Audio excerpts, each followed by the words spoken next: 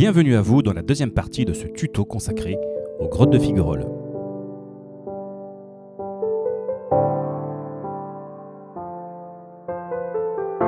Située dans l'anse portant le même nom que la cavité que nous allons découvrir aujourd'hui, nous vous emmenons découvrir cette suite consacrée à l'antre de Gaméo.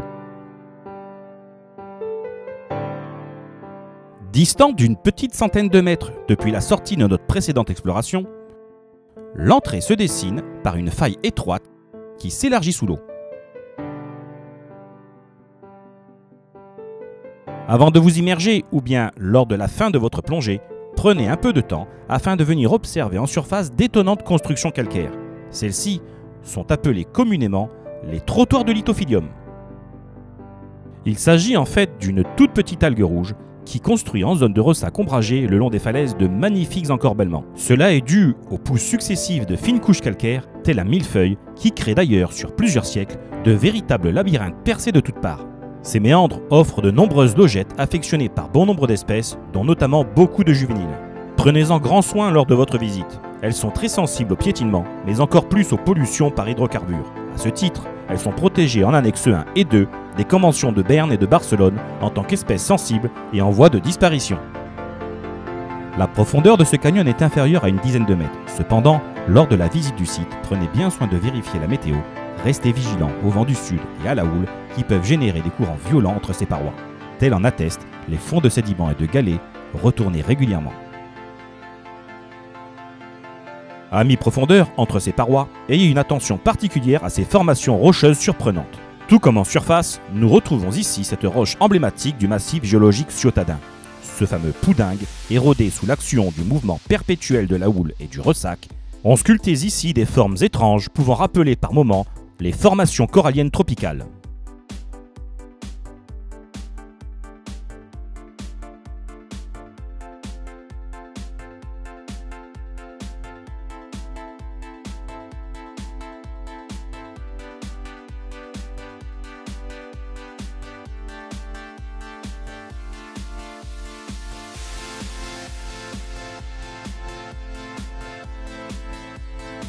Similaire à notre premier tuto, un accès en surface vous accompagnera sur presque l'intégralité de ce couloir, ce qui permet par beau temps d'explorer les lieux, également en snorkeling.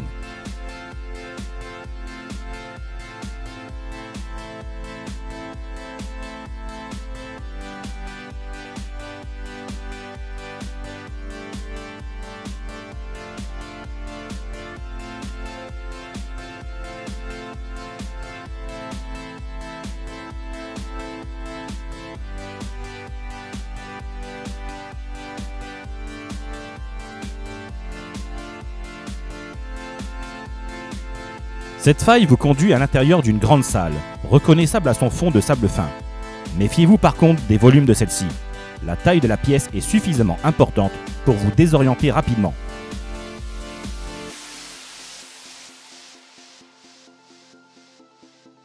C'est d'ailleurs ici que l'exploration loisir se termine.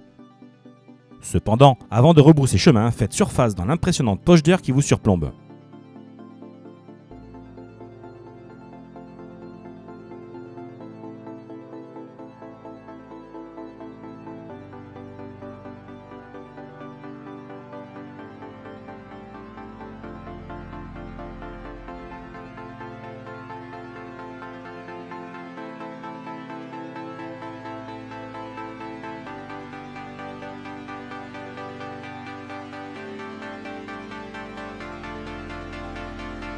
Vous pourrez y respirer sans aucune crainte. Elle est parfaitement respirable et renouvelée en permanence par une petite lucarne, laissant entrer quelques rayons de soleil dans cette grotte marine.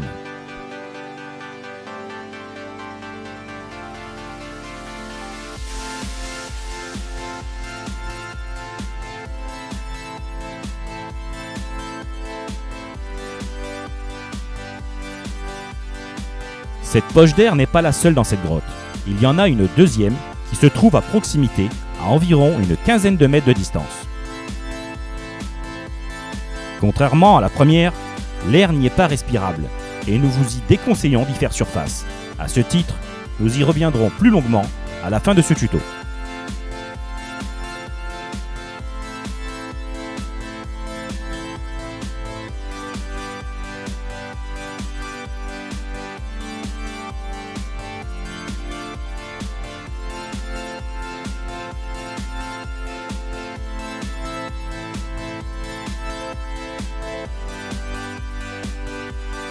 La partie loisir de la plongée se terminant ici, pour rentrer, vous n'aurez qu'à effectuer un simple demi-tour sur vous-même pour revenir sur vos pas.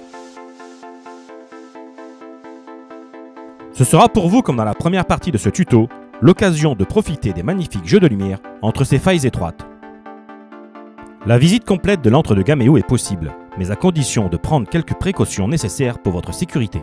En partenariat avec Map le Monde à Palme, où nous codifions d'un code couleur les difficultés des sites de plongée, nous basculerons ici en couleur violette pour cette fin d'exploration de cette grotte. Cela n'est non pas ici justifié par la profondeur assez faible de cette plongée, mais plutôt par la nécessité d'être expérimenté à la plongée sous plafond et de posséder un matériel adapté en termes de redondance gaz et lumière, mais surtout d'être équipé de l'indispensable fil d'Ariane.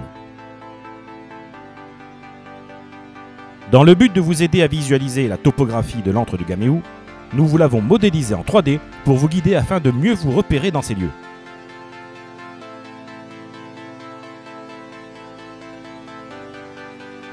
Ne minimisez jamais la difficulté d'une cavité, quelle que soit la configuration et aussi simple et accessible puisse-t-elle vous paraître.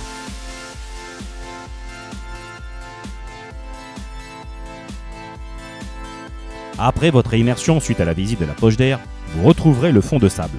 Longez la paroi sur votre droite, elle vous mène directement devant une cassure en forme d'entonnoir. Avant de descendre à l'intérieur de celle-ci, dirigez-vous le long de la paroi opposée, vous y découvrirez une corniche étroite.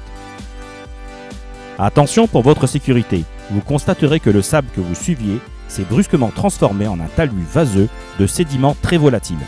Le moindre coup de palme mal assuré pour votre flottabilité et vous vous retrouverez aveugle dans une touille très compacte. A ce titre, nous vous déconseillons vivement de vous aventurer dans ce petit renfoncement qui ne représente aucun intérêt au vu de l'étroitesse du passage. Vous n'aurez comme conséquence que de vous mettre en danger. La vase y est présente en grande quantité dans cette partie terminale de la grotte. Continuez à longer main gauche la paroi, vous vous retrouverez pile poil au-dessus de l'entonnoir rencontré précédemment.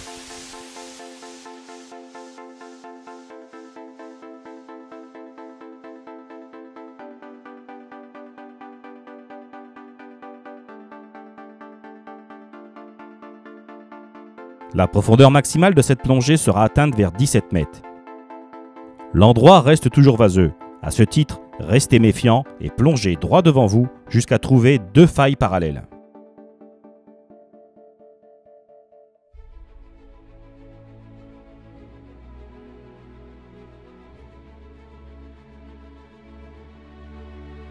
Suivez le conduit sur une centaine de mètres environ. Celui-ci remonte progressivement sous forme de marche d'escalier constituée d'amas de galets. Vous commencerez dès lors à visualiser la sortie.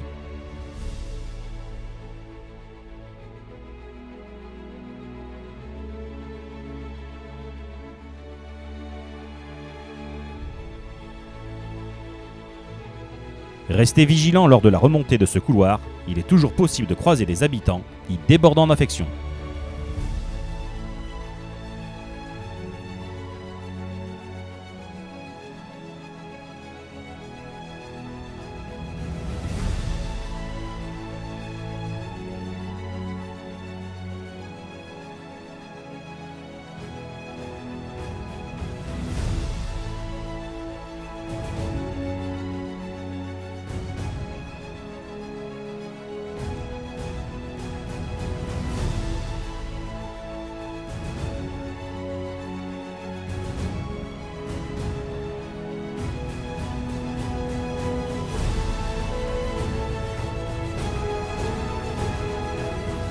La partie finale de ce conduit proche de la sortie, cumulant à la fois une légère étroiture plus l'action de la houle, ont pour conséquence de générer souvent à cet endroit un fort courant, méfiez-vous-en. Vous avez pu constater après l'exploration de l'intégralité de la grotte que celle-ci décrit une boucle. Cela permet à nos collègues en équipement loisir de faire le tour par l'extérieur et de nous retrouver à la sortie de la cavité. Entre les deux accès de la grotte, profitez de ce contour pour observer un très beau tombant de Gorgone. C'est donc à cet endroit que finit l'exploration de l'antre de Gaméo.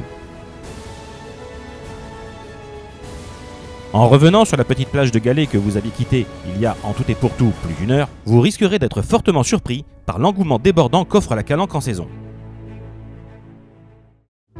L'exploration terminée, nous souhaitions revenir sur un point très important à nos yeux concernant l'existence de la deuxième poche d'air dans cette cavité.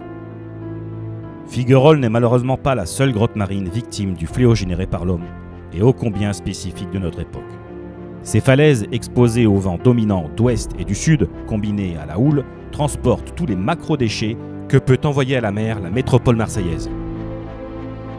Ceux-ci, combinés aux tempêtes hivernales, piègent inexorablement ces déchets dans ces cul-de-sac naturels. Comme vous pouvez le constater sur ces images, nous y retrouvons vraiment tout et n'importe quoi.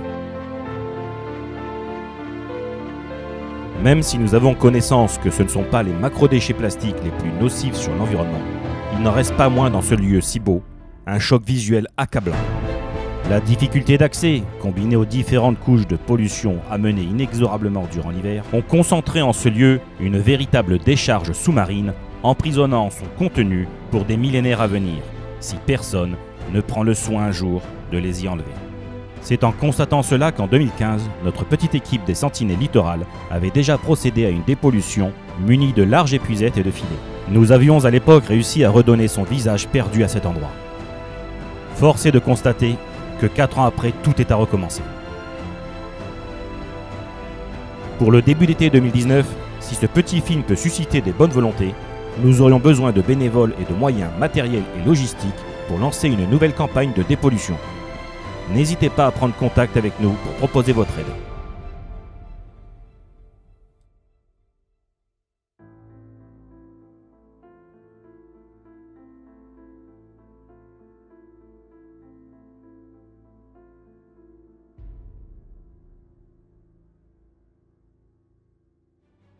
Après cette petite découverte non exhaustive sur les nombreux secrets de la calanque de Figuerolles, nous laissant ainsi tout loisir d'y revenir prochainement, nous retrouvons David et son fameux bolide, véritable remontée mécanique de la calanque de Figuerolles.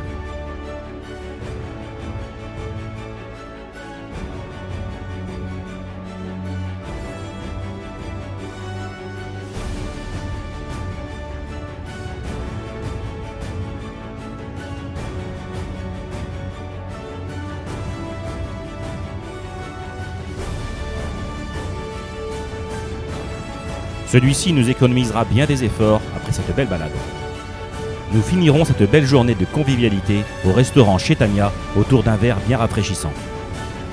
Il nous reste ici plus qu'à vous souhaiter également de belles immersions. À bientôt pour de nouveaux tutos.